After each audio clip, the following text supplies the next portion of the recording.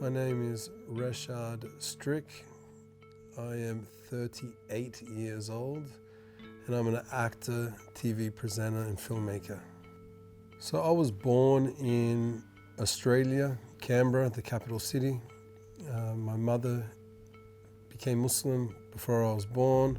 My father is Bosnian from Sarajevo and he immigrated to Australia in around 1965, met my mother who came off Catholic origins, Irish Catholic. They met and fell in love and had 4 boys. My mother became Muslim at quite a young age for her, like around 26 years old, and we grew up as like Australian Muslims. My childhood was full of sports. I'm the youngest of 4 boys. And my older brothers were always like sporting champions and I sort of like was in their shadow always. So playing sports, physical activities, things like that was of the norm. We were always competitive, me and my brothers. And I grew up surfing, playing rugby, football, cricket, tennis. I mean, anything with a ball or a team, we were part of that. It's a pretty good childhood. I'm pretty happy with it. And yeah. What actually gave me the urge to go back to Bosnia-Herzegovina was the first time I went there. It was like just after the war. And I went out there just after the war to meet all my father's relatives, all my cousins, my uncles, my aunties. And that was in 1998. And it was a thrill because growing up in Australia, we had a few pictures on the wall in my house about Bash Chashia, like the main market square in Sarajevo, and all these different mosques and themed structures of Sarajevo and Bosnia, like Mostar Bridge and things like that. That was all inside of my house.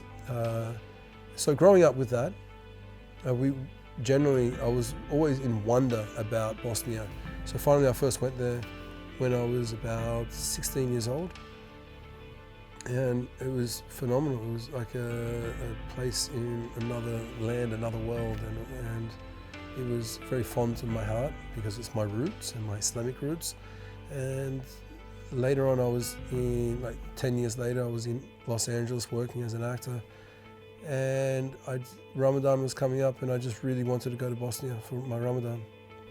I went there and it just I don't know, the soul in Sarajevo, it's a city, it's a fairy tale-esque city. It just captivates you. And I just knew that I didn't know, but I just felt at home there. And that's it. You know, I met my wife, we got married, we ended up living in Turkey for a bit, but then after a while I just knew that I wanted to be based in Sarajevo. I wanted to be based in Bosnia. There was so much I had to do there. And later we moved to Bosnia and that's it. How did I get into acting? Well, as a young Muslim in Australia, I kind of just grew up on the films The Message and Lion in the Desert, and trying to search for your Islamic identity in a classroom, a school with a classroom of about, 30 or 50 people. You know, everyone was like, white Christians in my class or atheist Christians, whatever. And we'd have scripture and things like that. And I was a Muslim and I couldn't go to scripture. It was like an identity crisis sort of thing. And I was just trying to find my place. And I was relating so much about getting Islamic knowledge, history, identity from the film The Message. And I would watch that every day after school. I'd come home when I was like 10 years old, whatever, 12 years old, 13 years old, 7 years old, and I'd just be watching The Message, and I knew every line off by heart. And I just thought it was a good way that, that taught me about my identity. Later on, I was at a Muslim camp I must have been like in 1996 or 1997. And I did a small play about the Prophet I can't remember. It was like one of the prophets, or we'd always do these plays at these Islamic camps, and I was portraying a woman, because I don't know, I just got up and I was being a woman on stage, and I don't know, we didn't have enough actors or something, and this Turkish brother came up to me and he's like, "Man, you're really good." And I was like feeling terrible. I was just playing a woman. I was like, I felt this is crazy. And he was like, "You have something." He's like, "Don't waste it. Go and do it." So I started thinking about acting a little bit more seriously. What happened? My mother, actually, because I'm dyslexic, my mother, all my brothers are different, and being a mother, she has to handle children different. Only I realize that now because I have my own children. But my mother, because I'm dyslexic, she sort of like put me more into theatre because of that creativity that comes with dyslexia. She just thought it could be a good thing for me, and I started doing local theatre stuff, and I ended up finishing high school and applying to a university, and that was really hard. It wasn't a joke, because like a dyslexic kid that's not reading that much starts reading Chekhov and like Molière and all these kinds of, where all these other students in the class are like familiar with, and I was just lost. I didn't know what I was doing. And then I ended up graduating from the university, and I was pretty good. I was doing really well. And then later on, I started TV, and that was it. That was my main goal with acting, was to be an actor, was to do Islamic content at some point. Islam means to me, I guess it's way of life. I mean, Islam is everything. If things go wrong in life, you can always relate to Islam. You always go back to Islam. It's a solution. It's a way of life, and it's a solution.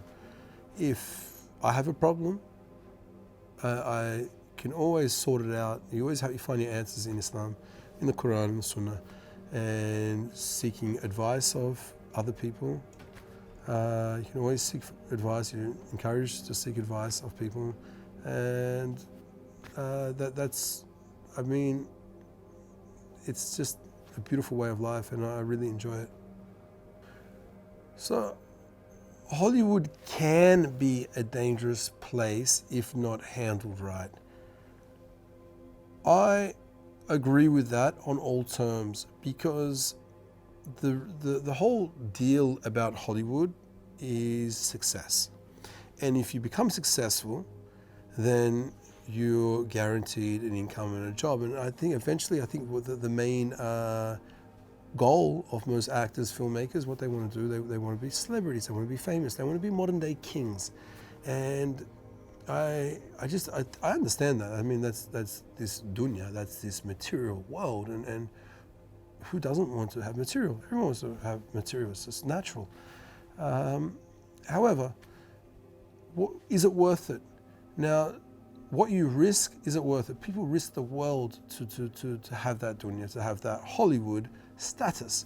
And I've seen a lot of people fall, and unfortunately they don't have, they risk their whole life to all their dreams. They're dying to succeed in Hollywood. They'll give up everything. They'll cut their families. They'll cut everyone. They'll risk it all.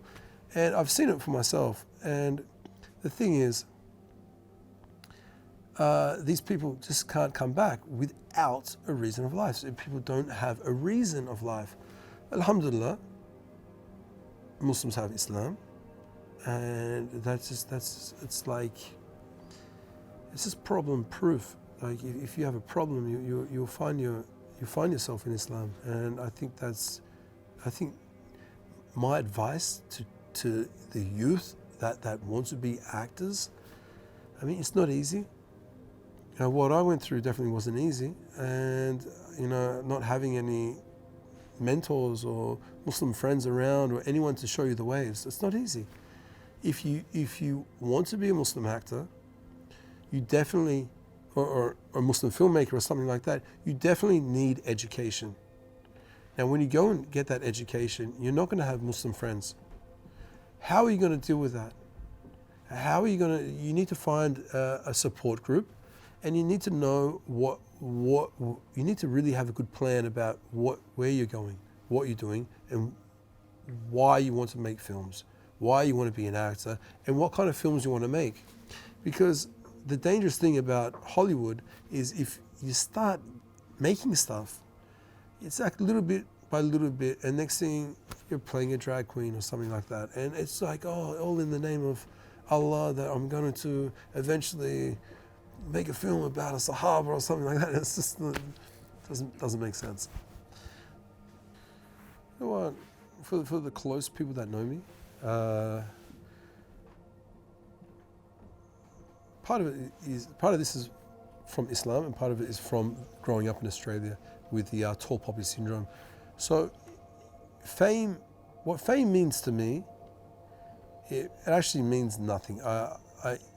Although hand in hand you need fame to be successful, to actually be able to create investment and make your own projects and things like that, you need some sort of fame.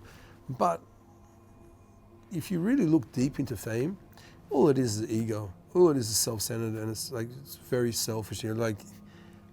So basically, I'm not really one that likes to talk about myself, and I'm more onto the artistic side of things, and to see how to make films and how to embed yourself, and how to make projects better, how to study harder, things like that. And I guess I'm more on the method and arts side of things. Now, fame to me now, it's an illusion. You can be famous now, but in 2 years, 10 years, who's going to remember you? No one. The most important role I've ever played, I can't really answer that. There's not that many roles I've played where I've really felt like it was the best thing. I enjoyed theatre, being on stage, playing King Richard, or playing a role that's really out of myself. Someone that's like completely crazy or somewhere else. I really enjoyed that sort of stuff.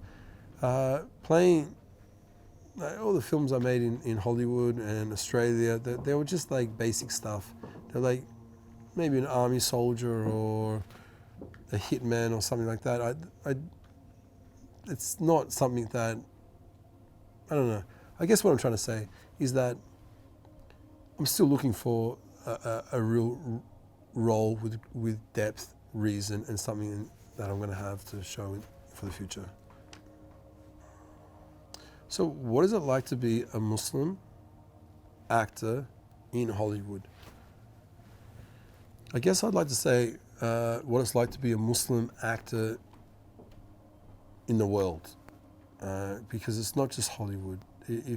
Wherever you work, even in any Muslim country to Hollywood, I think it's almost the same, because majority of media stake owners, all right, they're seculars. So if we're talking about Turkey, then you know that they're not in favor of Islam. So what does it mean to be a Muslim actor in the world? It's not an easy thing. Definitely not an easy thing. You are surrounded by a lot of shaitan, a lot of dunya. I mean, even you can have friends that would be right next to you. How to work with these people? It's not easy. It's not easy to deal with the egos. I've done things, I've seen things, I've accomplished things, but when I'm standing next to someone that's done nothing and he's acting like he's won an Oscar, it's like, how do I deal with this guy? It's like, how do I deal with it? And you just got to be quiet and just finish the job. You know, there's a certain amount. Find your way, put your head down, and finish the job, and just on to the next one. How is it in Hollywood? Hollywood's a different ball game. Hollywood is, it's a very, very tough place. While I was there, it was really easy. I had open doors to everywhere, and I was like working. I was a working actor. I was doing a lot of things, but how is it?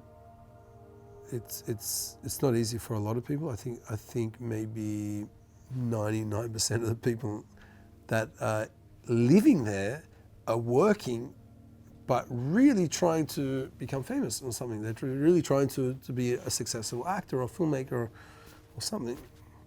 But it's not easy. It's like to be a Muslim there is also not easy, because I think most of the Muslim friends I met there that were in the industry didn't really, they also were part of that group where they're just trying to succeed, lacking ideas. I mean, it's hard for us. I mean, we are Muslims in media.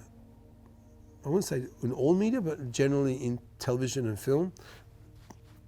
It doesn't exist. We're in the black. We're like absolutely in the dark ages here.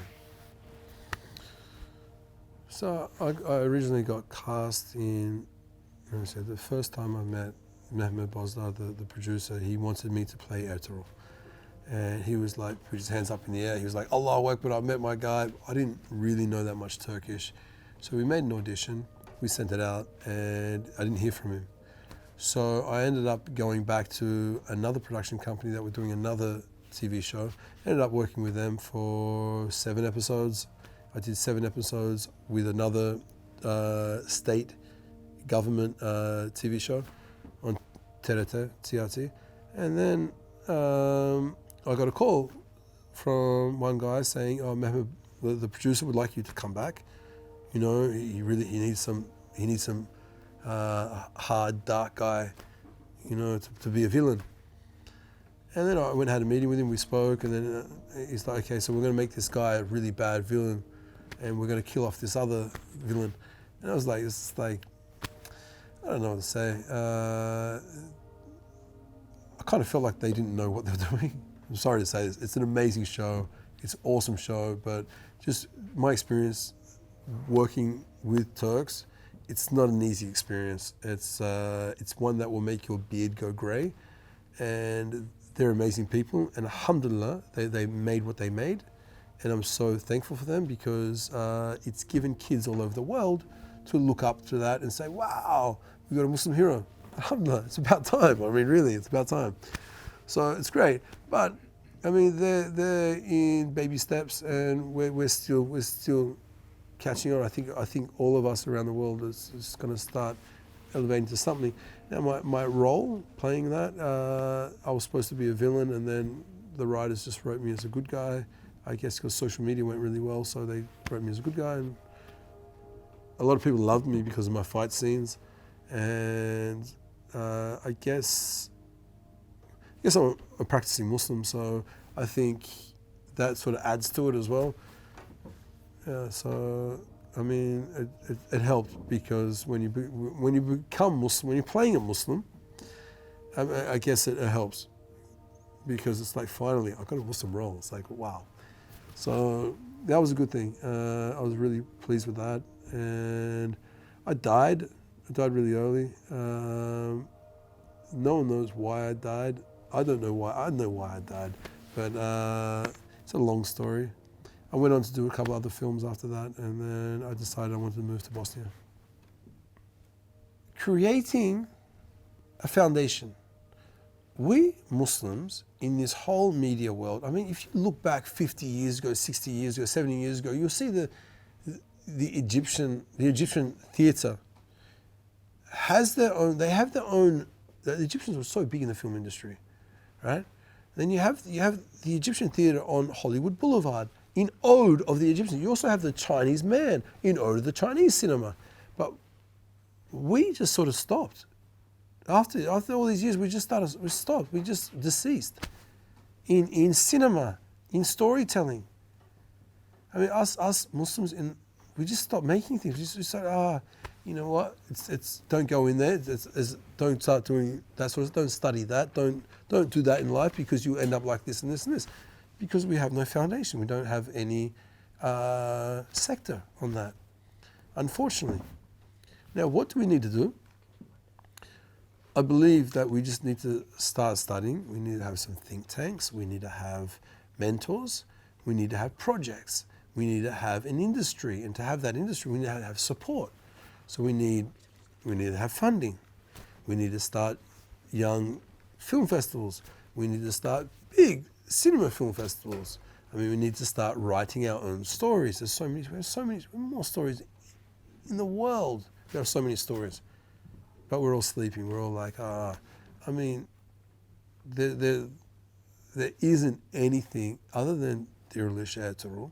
There isn't really anything for us to really write home about and say, wow, that's a hero. That's what we're thinking of. That's educating us. That's slowly educating us. Unfortunately, there isn't. So I think education is a thing, and I think support from families about educating is really good because, I mean, it's a huge sector. And if you look at Ertugrul Actor and how many countries they sold to, what are we waiting for?